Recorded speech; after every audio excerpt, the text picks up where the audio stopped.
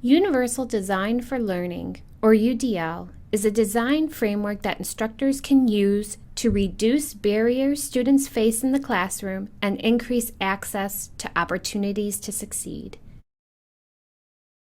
In this video, we're going to explore 3 UDL guidelines, which have been developed and researched by the Center for Applied and Special Technologies and the National Center on Universal Design for Learning.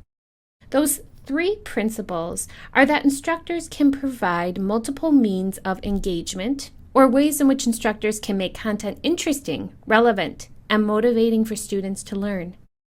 They can provide multiple means of representation of information to your students as they work to develop disciplinary knowledge, or ways we provide materials and resources using a range of presentation formats and techniques, and provide multiple means of action and expression as students seek to demonstrate that knowledge, or a variety of ways in which we assess how students demonstrate their skills and knowledge. Before we delve into what these principles really mean and what they look like in diverse classrooms, let's identify why CAST and the National Center on UDL emphasize these 3 ideas. Each of these 3 principles is based on a neurocognitive network in our brains. Providing multiple means of engagement activates the why network in our heads. You know, the questions of why I should even learn this, or when will I ever use this information? By engaging our learners, we can address these concerns and connect to our affective mental networks. Providing multiple means of representation of information activates the what network in our heads, the recognition pieces of our brain that understand and process content. By presenting information in more than one way, you can help your students to build deeper and more complete conceptual understandings. And providing multiple means of action and expression activates the how networks in our heads. That is, the strategic networks that allows us to take information we've learned and transform it into something meaningful and new. Encouraging and enabling your students to demonstrate their learning in lots of different but appropriate ways can help them to develop more robust strategic mental networks. So what might each of these principles look like in practice?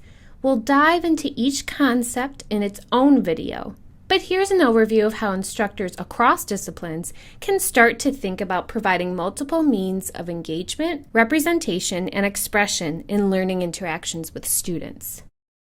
To motivate learners and give them a purpose, you can offer both group and individual work throughout a course, design opportunities for engagement and discussion online and face-to-face, and allow them to choose topics within an assignment's defined parameters based on their own interests. To present information in diverse ways to students, you can offer text, visual, and oral information as appropriate. In other words, integrate readings, videos, visuals, infographics, and lectures. Provide rubrics that offer detailed instructions and performance examples, and record class sessions, either in whole or part, for students to review after class or in preparation for exams. And to offer different ways students can demonstrate their learning, you can offer flexibility and choice in the way students demonstrate learning outcomes.